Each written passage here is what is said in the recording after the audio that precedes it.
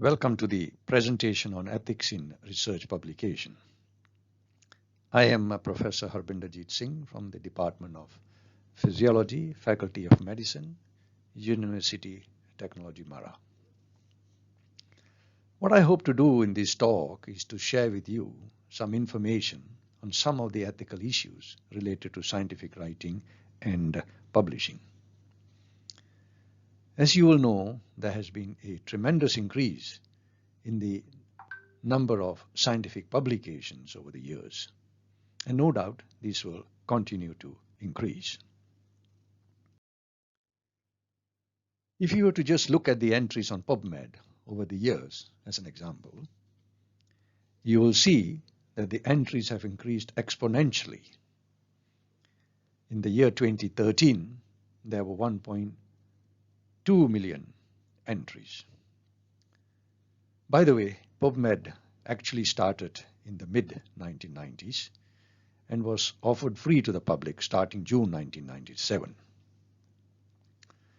As at 2017, PubMed provided access to over 24 million references to journal articles in life sciences, mainly on biomedicine.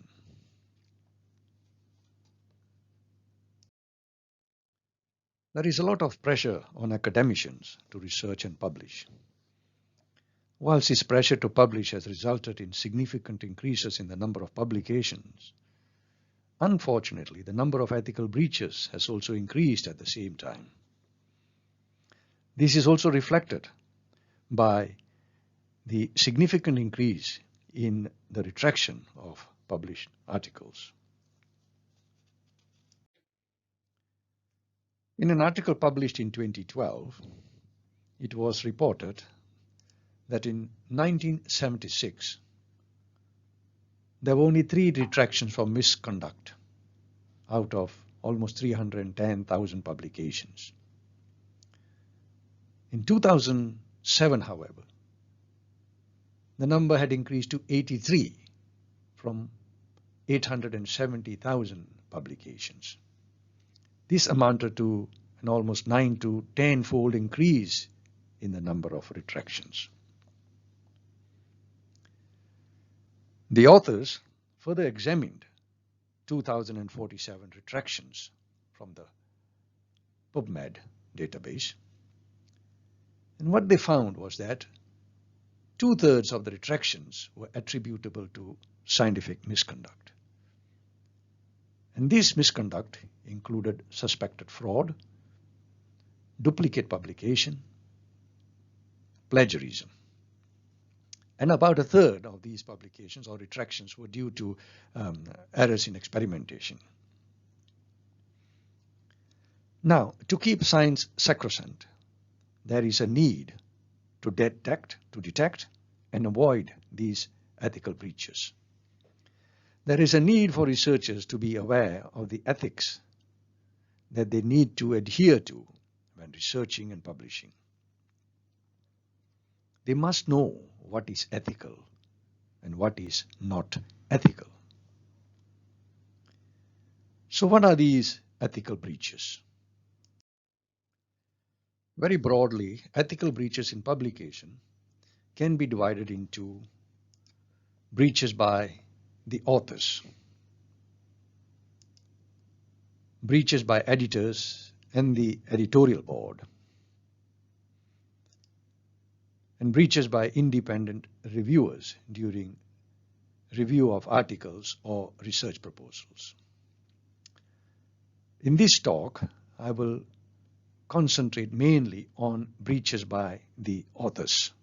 I shall, however, very briefly talk about breaches by editors and the editorial board and the independent reviewers towards the end of my talk.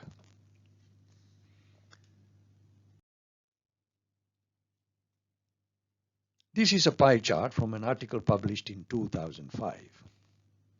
It depicts the various ethical breaches and their distribution in some of the American Physiological Society publications from 1996 to 2004. I shall go through each one of them in the next few slides, But as you can see from this pie chart, that a large chunk of these breaches includes redundant and duplicate publications, followed by animal welfare concerns, human welfare concerns, data fabrication, and plagiarism.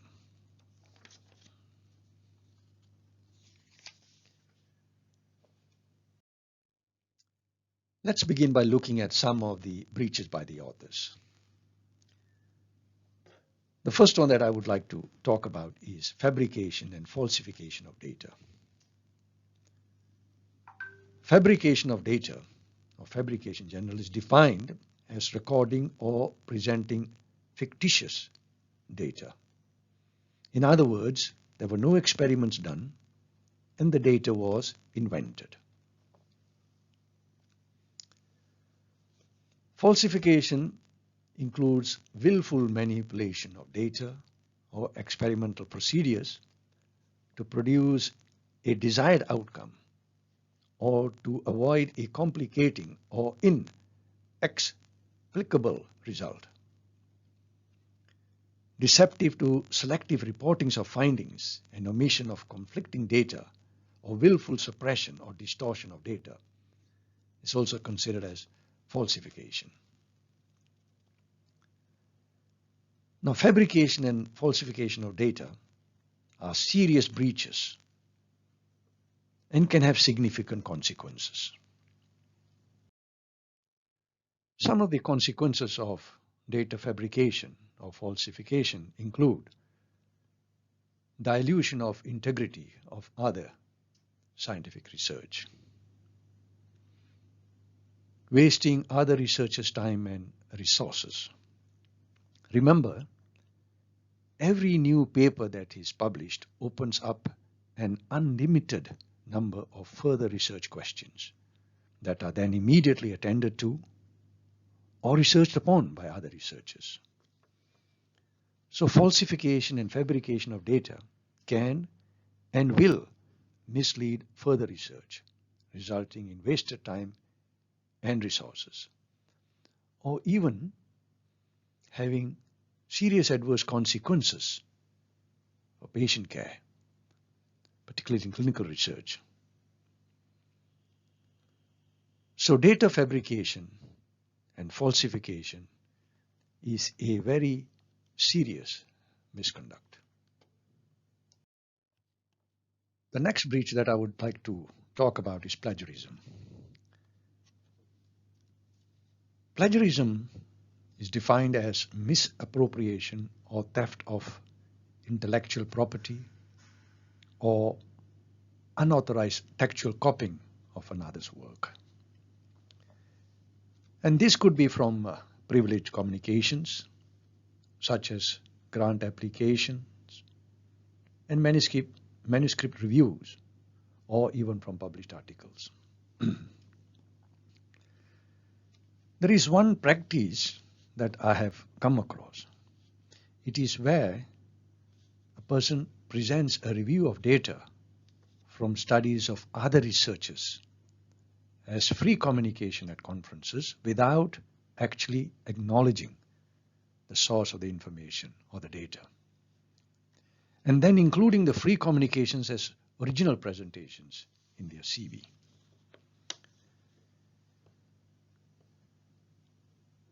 There are a number of suggestions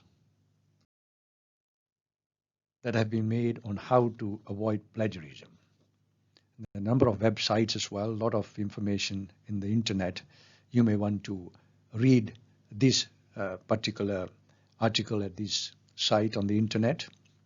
Basically, to avoid plagiarism, what you need to do is always acknowledge explicitly the originator of the ideas. And if there is any verbatim text that you have taken from another author, make sure that you actually enclose it in quotation marks. So that would indicate that it has been taken from somewhere and it's not your own words.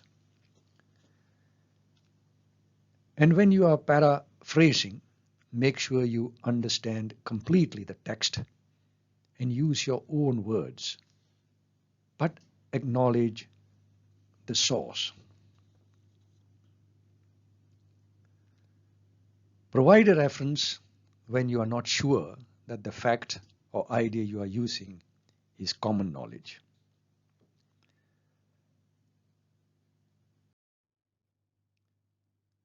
How do you decide when to quote or when not to quote?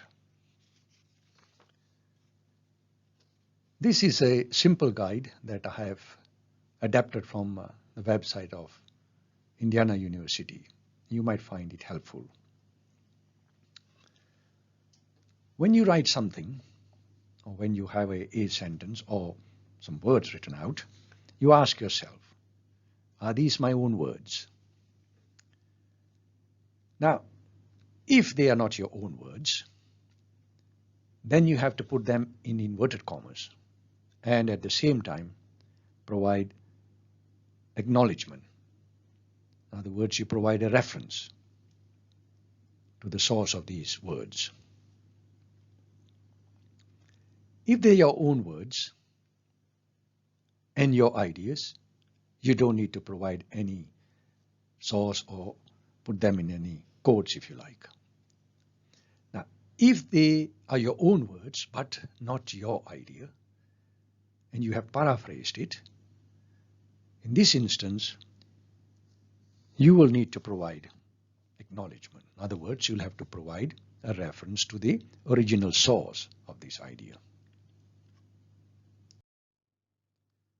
There is another form of a breach that is not so common, but some consider it as plagiarism, and it is templating.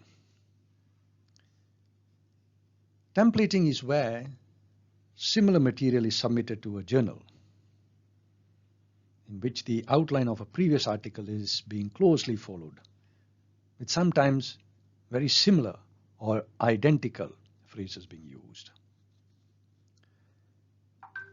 And both the articles could come from the same author.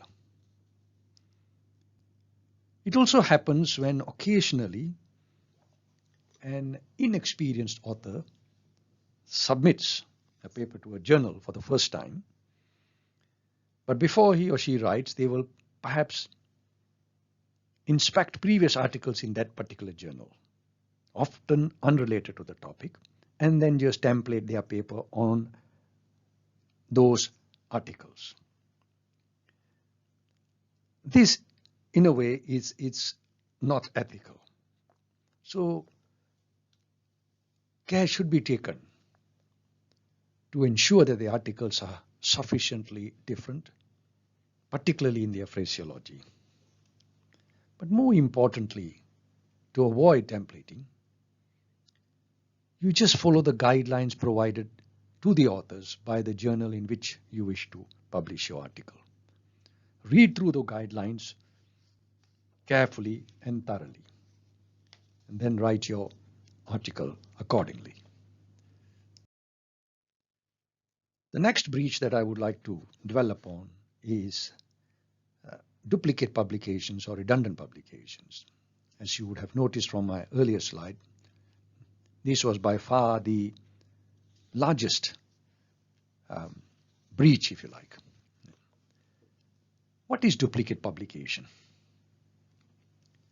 Duplicate publication is often defined as the publication of an article that is identical or overlaps substantially with an article already published elsewhere, with or without acknowledgement. It is where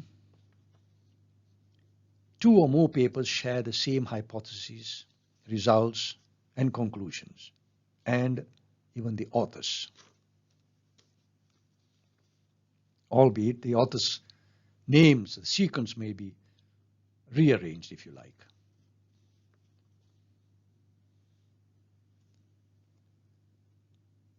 Duplicate publication also includes publication of copyrighted material with additional or new data. In other words, republishing a part or parts of an already published article. Duplicate publication more often occurs when authors submit manuscript simultaneously, i.e. submitting a manuscript to more than one journal at one time. No doubt the journals ask you to declare that this is not being considered for publication in any other journal, yet some authors do that just to save time. This practice is also known as shotgunning. Remember, an article should not be under consideration for publication by more than one journal at any one time. Duplicate publication is also classified as self-plagiarism.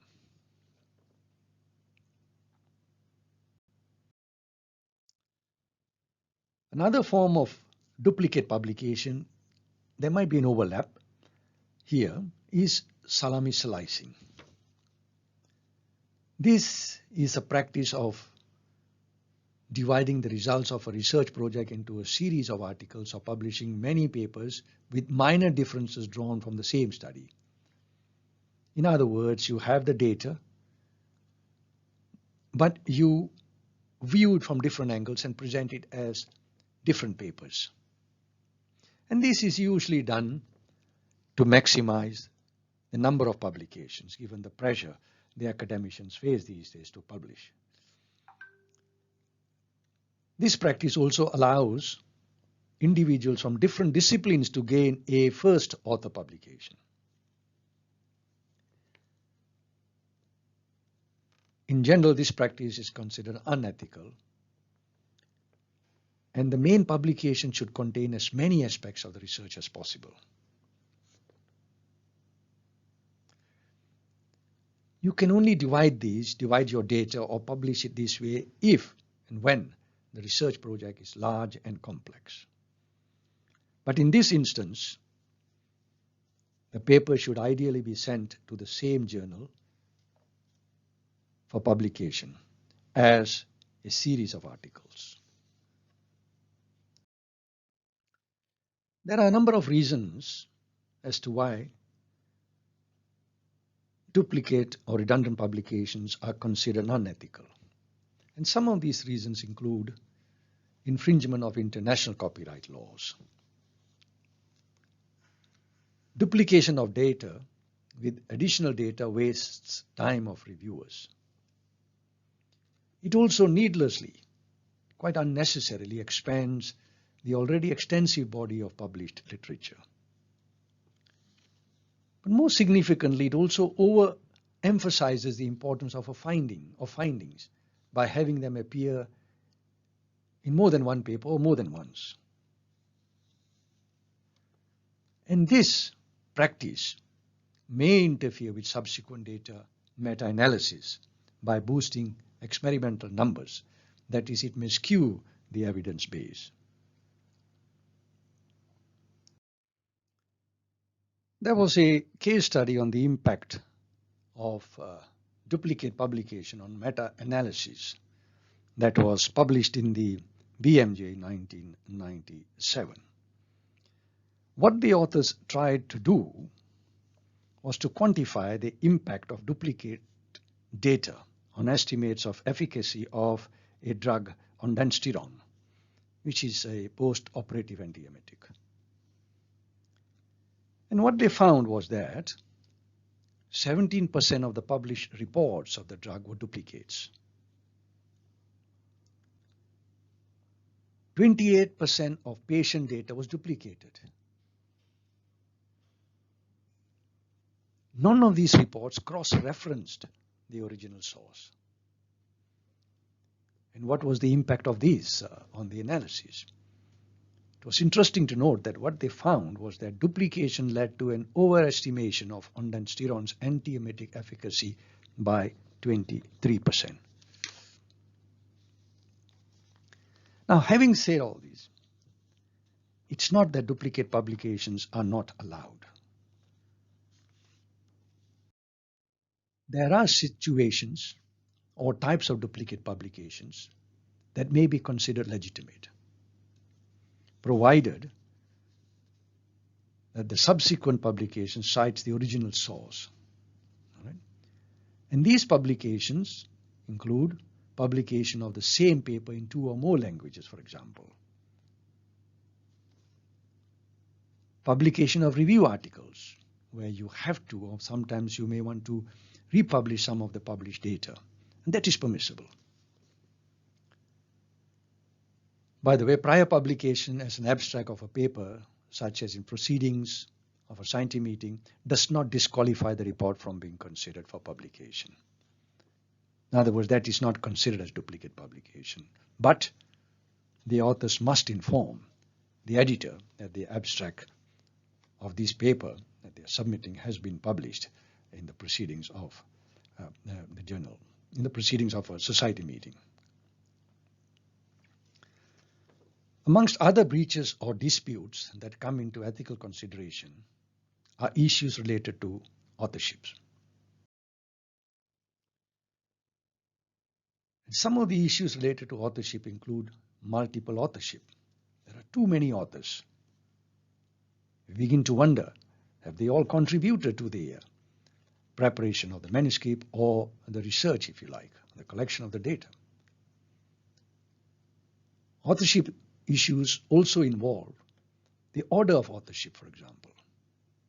There have been a lot of disputes on the order of authorship. Authorship issues also involve guest, gift, ghost, or honorary authorships. Is that ethical?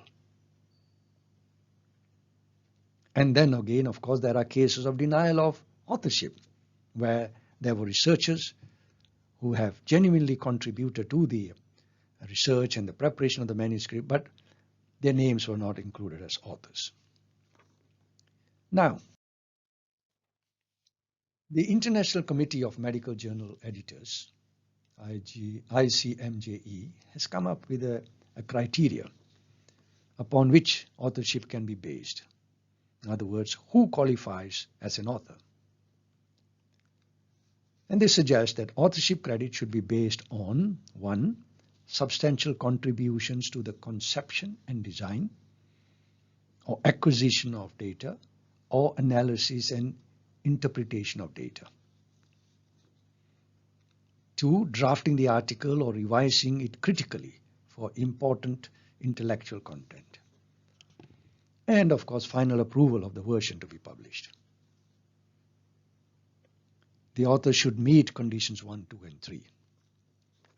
If they do not meet at least 2 of these conditions, then they do not qualify as authors. Of course, you can always acknowledge the contributors as acknowledgement. They need have to be authors if their contribution is not sufficient that makes them as authors of the manuscript or the paper. Equally importantly, all authors should also be able to defend the work that is reported in the paper. When a large multi-center group has conducted the work, the group should identify the individuals who accept direct responsibility for the manuscript. And this is to avoid denial of authorship or the order of authorship, and also in situations of multiple authorship.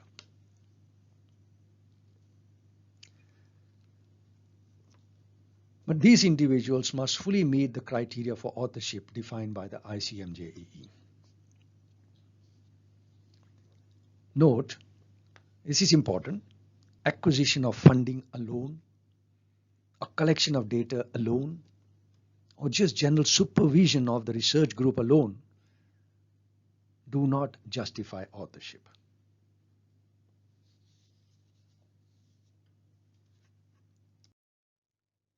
Another ethical breach that has been reported, it's not that uncommon, is ethics on publication of patient information. Now, there are guidelines that have been adopted, and these are available on the internet. You may also want to read this article that highlights the guidelines on publishing of patient information.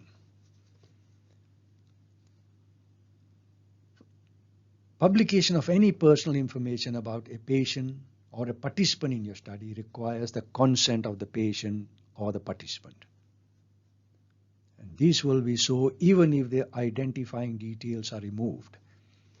Even if the participant is not identifiable, you would still need to get consent from the participants of the study.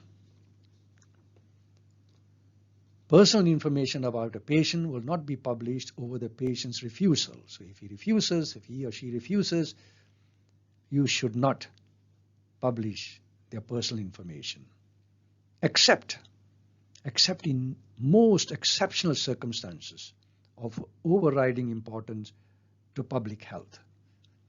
In these situations, you may be able to publish some of the personal information, but make sure before you do that, always get your institute's ethics committee's clearance.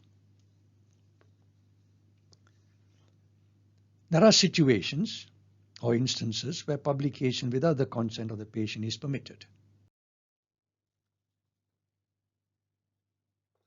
This is allowed when the patient or subject who is the focus of the article is untraceable without real burdensome effort. And it is impossible to expect consent to be obtained from the patient or subject or the patient's or subject's next of kin. But it is very important. The subject that you want to report is important. It has significant importance to public health. In these instances, you may be able to publish some patient information. Also, if the article contains a worthwhile clinical lesson or public health point, which could not be as effective if made in any other way, in this instance, you may be permitted to use some of the patient information without the patient's consent or subject's consent. And also, given that a reasonable person in the patient's position would not be expected to object to the publication of the case. So in these instances, you may use the patient information or publish without the patient and the subject or patient's consent. Lastly, the risk of identification of the patient is minimized by measures designed to prevent the identity of the patient being revealed, either to others or to the patient himself or herself. So if you can do that, then you will be able to, or you are able to, publish the information about the patient.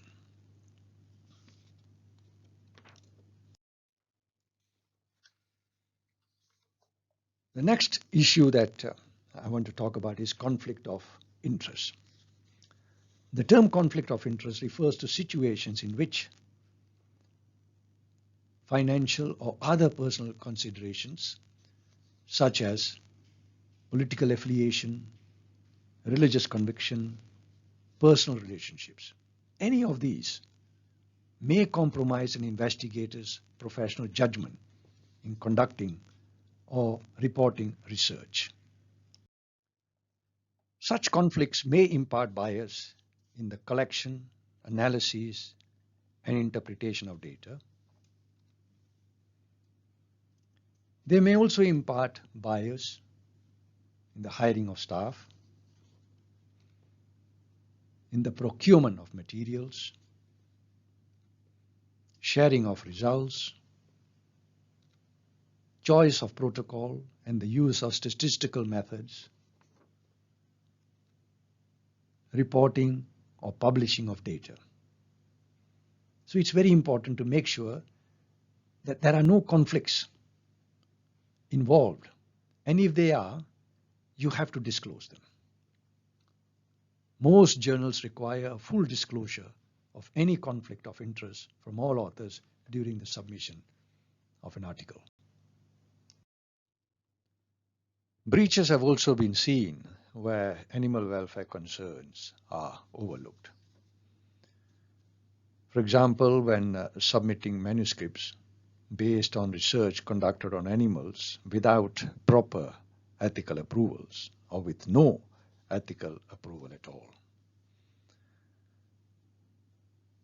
Now, this happens when, for example, using samples of animal organs or tissues obtained from licensed trappers or hunters, or even samples that are obtained from abattoirs. Sometimes there are also instances where manuscripts have been published with approval of the Institute's ethics committee, but the treatment that was, or the experimental design that was used, and the way the animals were treated was or is inappropriate. So it is very important that when you design studies using animals, that the procedures that are used are humane, and if you are using samples from abattoirs or samples provided you by some licensed trappers or hunters, that in all instances you get the necessary ethical approval from the Institute's ethics committee. Human welfare concerns pertains to experimental studies on humans. The Nuremberg Code, established after the Second World War, was the first to address ethical standards of human experimentation.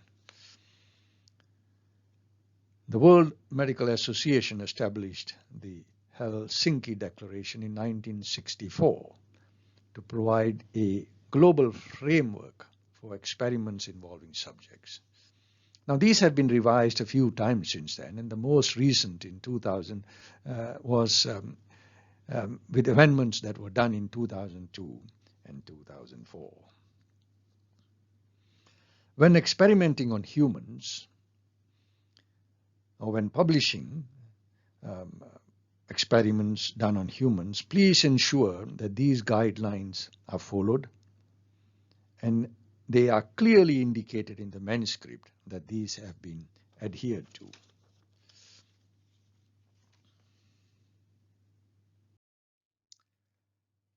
In terms of editorial review breaches, now it is important that the review process is timely and it's fair to the authors and reviewers.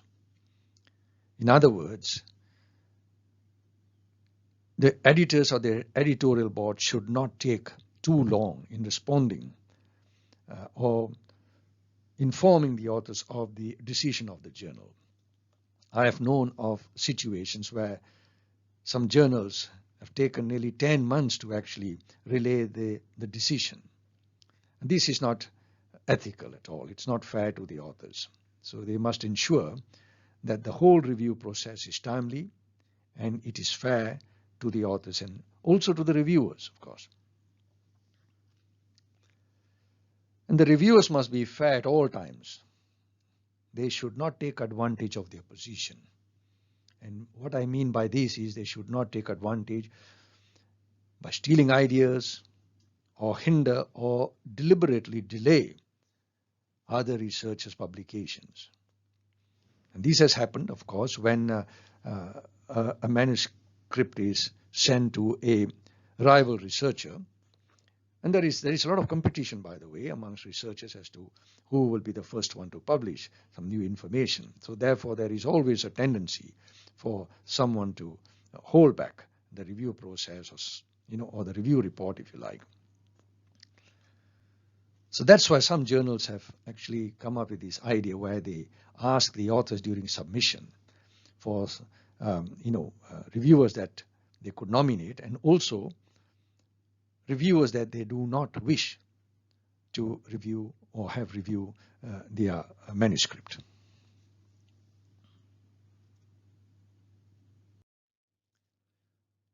Maintaining confidentiality at all times is very important. A paper forwarded for review, for example, to a reviewer, the reviewer must not discuss this paper or its content with anyone else without the permission from the editor. And if you have done that and you've got permission and it has been reviewed by someone else, the name of the co-reviewer has to be declared to the editor afterwards. Now, it is also important that the reviewer returns all the documents to the editor after the review.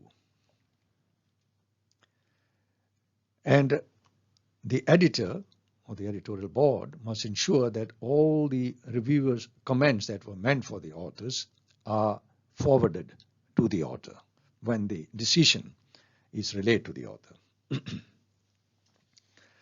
Now, if a reviewer suspects misconduct, they should write to the editor, and the editor must follow the established procedures for dealing with issues of misconduct.